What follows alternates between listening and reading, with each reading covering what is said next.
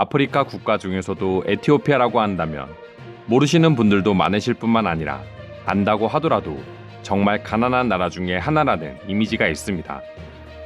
에티오피아는 1인당 GDP가 $800 정도밖에 되지 않는 아직은 가난한 나라가 맞습니다.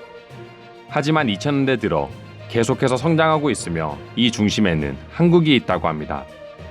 사실 에티오피아는 한국 전쟁에 참전한 참전국으로 수많은 참전국들 중에서 유일하게 이해관계 없이 오로지 침략으로부터 자유를 지키겠다는 신념 하나로 참전을 결정한 국가입니다. 에티오피아가 이와 같은 결정을 내리게 된 이유는 에티오피아의 역사를 보면 알 수 있습니다. 우리나라와 비슷하게 이탈리아에게 꾸준히 침공을 당해왔고 이탈리아가 식민지 건설을 했으나 계속해서 각 지방 부족 단위로 저항을 이어갔다고 합니다. 그러다 제2차 세계대전이 터지면서 1941년 에티오피아는 다시 해방을 맞이하게 됐습니다. 한국처럼 오랜 기간 완전히 식민 지배를 당한 건 아니지만 그래도 계속해서 침공을 받아왔고 끈질기게 저항하면서 자유 수호의 중요성을 누구보다 잘 알고 있던 나라였습니다.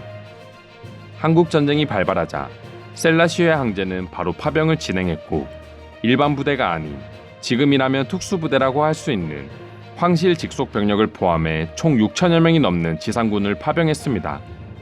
에티오피아 북부에서 출발해 배를 타고 무려 20일이 넘게 항해하여 부산에 도착한 에티오피아 군인들은 22명 중 1명꼴로 전사했지만 단 한 번의 패배 없이 한국을 위해 목숨 바쳐 한국 전쟁에 임했습니다.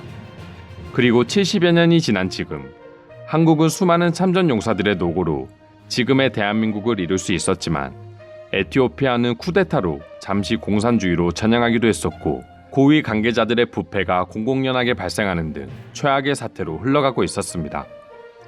한국은 최악의 상황으로 흘러가고 있는 에티오피아를 그냥 바라만 보지는 않았습니다.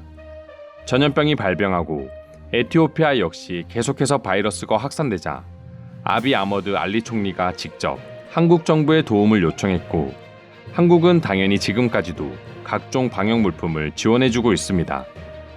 체면을 무릅쓰고 공개적으로 한국에게 도움을 청한 사실에 에티오피아 국민들도 큰 감동을 받았고 바로 응답해준 한국에 대해서도 감사함을 표했습니다. 하지만 한국의 보답은 단순히 이번 전염병 사태와 관련해서만 이루어지고 있던 것은 아닙니다.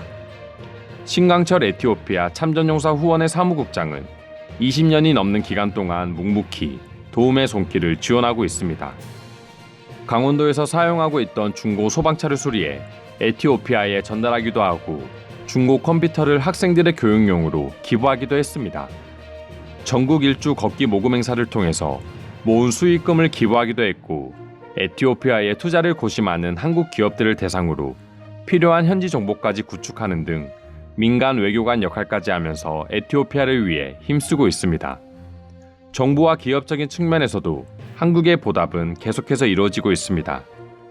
꾸준히 한국에 대해 우호적인 감정을 표현하며 현대차와 합작 사업을 진행해왔던 에티오피아의 육상 영웅 하일레 게브르 셀라시에는 2009년 마라톤 모터스를 설립해 현지에서 현대자동차를 판매하고 있었습니다.